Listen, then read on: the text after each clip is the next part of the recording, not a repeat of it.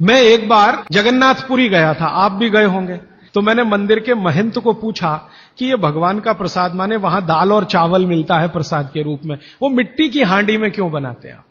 तो उसने एक ही वाक्य कहा, मिट्टी पवित्र होती है।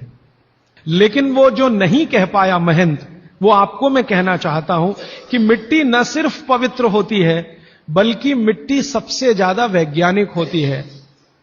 क्योंकि हमारा शरीर मिट्टी से बना है। हम जब मरते हैं ना और शरीर को जला देते हैं तो 20 ग्राम मिट्टी में बदल जाता है पूरा शरीर। और इस राख का मैंने विश्लेषण करवाया एक लेबोरेटरी में, तो उसमें कैल्शियम निकलता है, फास्फोरस निकलता है, आयरन निकलता है, जिंक निकलता है, सल्फर निकलता है, 18 माइक्रो न्यूट्रिएंट्स निकलते हैं मरे हुए आदमी की राख में। ये सब वही माइक्रो न्यूट्रिएंट्स हैं जो मिट्टी में है। तो महंत कहता है कि मिट्टी पवित्र है, इसलिए हम मिट्टी के बर्तन में ही दाल पकाते हैं, भगवान को पवित्र चीज ही देते हैं, अपवित्र चीज भगवान को नहीं दे सकते। वो बहुत वैज्ञानिक स्टेटमेंट है, बस इतना ही है कि वो उसको एक्सप्लेन नहीं कर सकता। अच्छा, मैं वो दाल ले आया और भुवनेश्वर लेके गया, पुरी से भुवनेश्वर। भुवनेश्वर में CSIR का एक लेबोरेटरी है, council of science and industrial research का लेबोरेटरी है, जिसको रीजनल रिसर्च लेबोरेटरी कहते हैं। तो वहां ले गया, कुछ वैज्ञानिकों से कहा ये दाल है, उन्होंने कहा हाँ ये पुरी की दाल है। मैंने कहा इसका विश्लेषण करना है, इस दाल में क्या है? तो उन्होंने कहा हमारे पास पूरे इंस्ट्रूमेंट नहीं है, हमारे पास जो जो चाहिए वो नहीं है, आप दिल्ली ले जाओ तो बेहतर है। तो मैंने कहा दिल्ली ले गया तो खराब तो नहीं होगी? उन्होंने कहा नहीं होगी, क्योंकि ये मिट्टी में बनी है। तो पहली बार मुझे समझ में आया मिट्टी में बनी है तो खराब नहीं होगी। तो मैं ले गया दिल्ली तक, सच में ले गया। और भुवनेश्वर से दिल्ली पहुंचने में आप जानते हैं करीब करीब 36 घंटे से ज्यादा लगता है। दिल्ली में दिया, कुछ वैज्ञानिकों ने उस पर काम किया और उनका जो रिजल्ट है, जो रिसर्च है, जो रिपोर्ट है, वो ये है कि इस दाल में एक भी माइक्रो न्यूट्रिएंट कम नहीं हुआ पकाने के बाद भी। तो प्रेशर कुकर की दाल को जब उन्होंने रिसर्च करके देखा तो उन्होंने कहा इसमें माइक्रो न्यूट्रिएंट्स बहुत ही कम है। मैं पूछा परसेंटेज वाइज बता दो, तो उन्होंने कहा अगर अरहर की दाल को मिट्टी की हांडी में पकाओ और 100% माइक्रो न्यूट्रिएंट्स हैं, तो कुकर में पकाने में 13% ही बचते हैं, 87% नष्ट हो गए। मैं पूछा कैसे नष्ट हुए? तो उन्होंने कहा ये जो प्रेशर पड़ा है ऊपर से और इसने दाल को पकने नहीं दिया, तोड़ दिया, मॉलिक्यूल्स टूट गए हैं, तो दाल तो बिखर गई है, पकी नहीं है, बिखर गई है, सॉफ्ट हो गई है। तो खाने में हमको ऐसा लग रहा है कि ये पका हुआ खा रहे हैं, लेकिन वास्तव में वो नहीं है। पके हुए से मतलब यह होता है कि जो माइक्रो न्यूट्रिएंट्स आपको कच्चे रूप में शरीर को उपयोग नहीं आते, उनको आप उपयोगी बना लें, इसको पका हुआ कहते हैं आयुर्वेद में। तो उन्होंने कहा कि ये मिट्टी की हांडी की दाल बहुत बहुत क्वालिटी में ऊंची है, बशर्ते कि आपके प्रेशर कुकर की। और दूसरी बात तो आप सभी जानते हैं, वो मुझे सिर्फ रिपीट करनी है कि मिट्टी की हांडी की बनाई हुई दाल को खा लीजिए तो जो उसका स्वाद है वो जिंदगी भर नहीं भूलेंगे आप। इसका मतलब क्या है? भारत में चिकित्सा का और शास्त्र पाक कला का ऐसा विज्ञान विकसित हुआ है जहां क्वालिटी भी मेंटेन रहेगी और स्वाद भी मेंटेन रहेगा। तब मैंने गांव गांव घूमता रहता हूं तो पूछना शुरू किया, तो बोलते हैं लोग कि ज्यादा नहीं, 30-40 साल पहले सब घर में मिट्टी की हांडी की दाल थी। मेरी दादी को पूछा तो दादी कहती है कि हम तो जिंदगी भर मिट्टी की दाल ही खाते रहे। तब मेरे समझ में आया कि मेरी दादी को डायबिटीज क्यों नहीं हुआ। तब मुझे समझ में आया उसको घुटने का दर्द क्यों नहीं हुआ। तब मुझे समझ में आया उसके 32 दांत मरने के दिन तक सुरक्षित थे, क्योंकि हमने उसका अंतिम संस्कार किया। अगले दिन जब राखी लेने गए तो सारे दांत उसके 32 के 32 निकले। तब मेरे समझ में आया कि 94 साल की उम्र तक मरते समय चश्मा क्यों नहीं लगा उसकी आंखों पे, और जीवन के आखिरी दिन तक अपने कपड़े खुद अपने हाथ से धोते हुए मरी थी। यह कारण है कि शरीर को आवश्यक माइक्रो न्यूट्रिएंट्स की पूर्ति अगर नियमित रूप से होती रहे तो आपका शरीर ज्यादा दिनों तक बिना किसी दूसरे की मदद के काम करता है। तो माइक्रो न्यूट्रिएंट्स पूरा सप्लाई मिला दाल में, जो खाई थी उसने मिट्टी की हांडी में पका पका के। और न सिर्फ दाल पकाती थी वो मिट्टी की हांडी में, बल्कि दूध भी मिट्टी की हांडी में पकाती थी।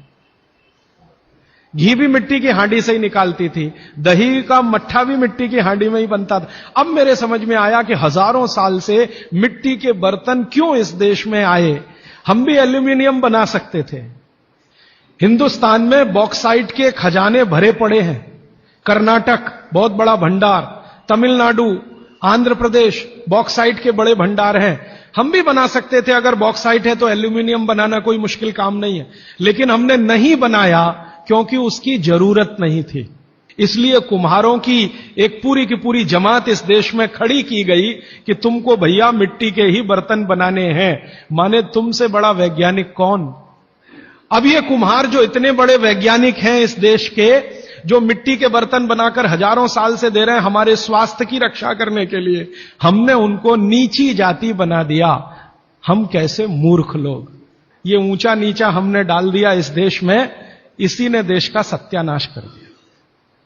अगर प्रेशर कुकर की कंपनी जो बना रही है प्रेशर कुकर वो ऊंचा आदमी है, तो ये कुम्हार नीचा कैसे हो गया। जो सबसे बड़ा वैज्ञानिक काम कर रहा है, मिट्टी के बर्तन बना बनाकर आपके माइक्रो न्यूट्रिएंट्स को, आपके सूक्ष्म पोषक तत्वों को कम नहीं होने देने के लिए मिट्टी का सिलेक्शन करता है वो। आपको मालूम है हर एक मिट्टी से बर्तन नहीं बनते। एक खास तरह की मिट्टी है वही बर्तन बनाने में काम आती है, और एक खास तरह की मिट्टी है जो हांडी बनाती है, दूसरे खास तरह की मिट्टी में कुल्हड़ बनता है, तीसरे खास तरह की मिट्टी में कुछ और बनता है। ये मिट्टी को पहचानना कि इसमें कैल्शियम ज्यादा, इसमें मैग्नीशियम ज्यादा, इसलिए हांडी इससे बनाओ, और इसमें कैल्शियम मैग्नीशियम कम है इसलिए इसका कुल्हड़ बनाओ, ये तो बहुत बहुत बारीक और विज्ञान का काम है। ये सब कुम्हार कर रहे हैं, हजारों साल से कर रहे हैं, बिना किसी यूनिवर्सिटी में पढ़े हुए कर रहे हैं। तो हमें तो वंदन करना चाहिए, उनके सामने नतमस्तक होना चाहिए। कितने महान लोग हैं। दुर्भाग्य से सरकार की कैटेगरी में वो बैकवर्ड क्लास में आते हैं। और सबसे मजे की बात कि ये हांडी जब खत्म होगी, माने इसकी लाइफ पूरी हो जाएगी, तो ये हांडी फिर मिट्टी में मिल जाएगी और फिर वही मिट्टी से हांडी बन जाएगी। दुनिया में ऐसी कोई वस्तु नहीं है। प्रेशर कुकर के बारे में तो नहीं कह सकते आप, बायोडिग्रेडेबल है। तो आप भी कर लीजिए ये काम, प्रेशर कुकर निकालिए, मिट्टी की हांडी ले आइए। तो आप कहेंगे जी दाल देर में पकेगी, सिद्धांत ही वही है दाल का, तो जो देर में खेत में पकी है वो देर में घर में भी पकेगी। आप कहें जी मिट्टी की हांडी के बाद अगर कोई चीज है, तो हमारे यहां एक मेटल बनता है जिसको आप लोग कहते हैं एलॉय है, कांसा। तीसरा सबसे अच्छा माना जाता है पीतल। अब ये कांसे और पीतल में भी हमने काम कर लिया कि अरहर की दाल को कांसे के बर्तन में पकाएं तो उसके सिर्फ 3% माइक्रो न्यूट्रिएंट कम होते हैं, 97% मेंटेन रहते हैं।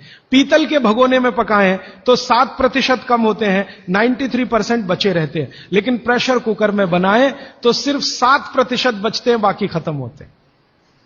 अब आप तय कर लीजिए, आपको लाइफ में क्वालिटी चाहिए तो आपको मिट्टी की हांडी की तरफ ही जाना पड़ेगा, माने भारत की तरफ वापस लौटना पड़ेगा, इंडिया से। अभी हम हैं इंडिया में, जो बनाया अंग्रेजों ने या बना दिया अमरीकियों ने। इस इंडिया से निकल के भारत की यात्रा करनी पड़ेगी। और मैंने पिछले 1-2 वर्षों में ये बातें गांव गांव में कहना शुरू किया है, तो इसका परिणाम पता है क्या, कि कुम्हारों की इज्जत बढ़ गई है गांव में। और मैं मानता हूं कि मेरे व्याख्यान की अगर कोई सार्थकता है तो वो ये कि कुम्हारों की इज्जत इतनी बढ़ जाए कि वो पंडितों के बराबर आ जाएं, क्योंकि वो किसी से नीचे नहीं है, क्योंकि वो किसी से छोटे नहीं है। और मजे की बात कि वो हांडी बना के आपको 20-25 रुपए में ही दे रहे हैं, प्रेशर कुकर तो 250-300 रुपए का है। मैं होम्योपैथी की भी चिकित्सा करता हूं, तो बहुत सारे पेशेंट मुझे फोन करते हैं, राजीव भाई ये। तो मैंने कुछ पेशेंट को खास कर कहा कि देखो भैया, आपको मैं कोई दवा नहीं दूंगा। तो कहने लगे फिर बीमारी कैसे ठीक होगी। मैंने कहा एक ही काम करो, मिट्टी की दाल खाना शुरू करो, मिट्टी की हांडी में रखी हुई दाल खाना शुरू करो। चावल खाना है तो मिट्टी की हांडी का। कहने लगे राजीव भाई कौन करेगा ये सब। मैंने कहा आपकी बीवी करेगी या आप करोगे। अगर जिंदगी चाहिए तो झक मार के आप करोगे, नहीं तो अमेरिका जाओ, कनाडा जाओ, जर्मनी जाओ, लाखों रुपए खर्च करो, फिर भी झक मार के वापस आओ। तो मेरे पास कुछ डायबिटीज के क्रोनिक पेशेंट हैं, बहुत क्रोनिक, जिनका शुगर यूनिट 480 के ऊपर है। ऐसे 100 से ज्यादा पेशेंट, वो 8 से 9 महीना हो गया नियमित रूप से मिट्टी की दाल और मिट्टी का चावल, माने हांडी की दाल और हांडी का चावल, हांडी की खिचड़ी नियमित रूप से खा रहे हैं। और अब तो उन्होंने मिट्टी का तवा भी ले आया अपने घर में रोटी बनाने के लिए। बाजरे की रोटी बहुत अच्छी बनती है इस मिट्टी के तवे पे, तो रोटी भी उसी की खा रहे हैं। 8 महीने के बाद सबका शुगर टेस्ट किया है तो 480 यूनिट वाला अभी 180 यूनिट पे है, बिना किसी मेडिसिन के, बिना किसी इंजेक्शन के, बिना किसी टॉनिक के। और होम्योपैथी की कोई दवा नहीं दी मैंने उनको। कुछ लोगों को ज्यादा परेशान थे, दवा भी दो, उनको प्लेसिबो दे दिया। प्लेसिबो समझते हैं? खाली गोली, दवा नहीं डाली। तो पेशेंट को लग रहा है कि मैं दवा खा रहा हूं, दवा खा के अच्छा हो रहा हूं। मुझे मालूम है कि वो कोई दवा नहीं है, वो प्लेसिबो है, वो अच्छा हो रहा है उस मिट्टी की दाल खा के, मिट्टी का चावल खा के, मिट्टी की खिचड़ी खा के। रिजल्ट ये है। तब मैंने मान लिया कि बागभट्ट सच में महान आदमी थे। ये एक सूत्र पूरा होता है, 8:30 का समय हो गया है। आगे कल दूसरा सूत्र, तीसरा, ऐसे कर करके जो सबसे जरूरी 15 है वो पहले बताऊंगा और उसके आगे बढ़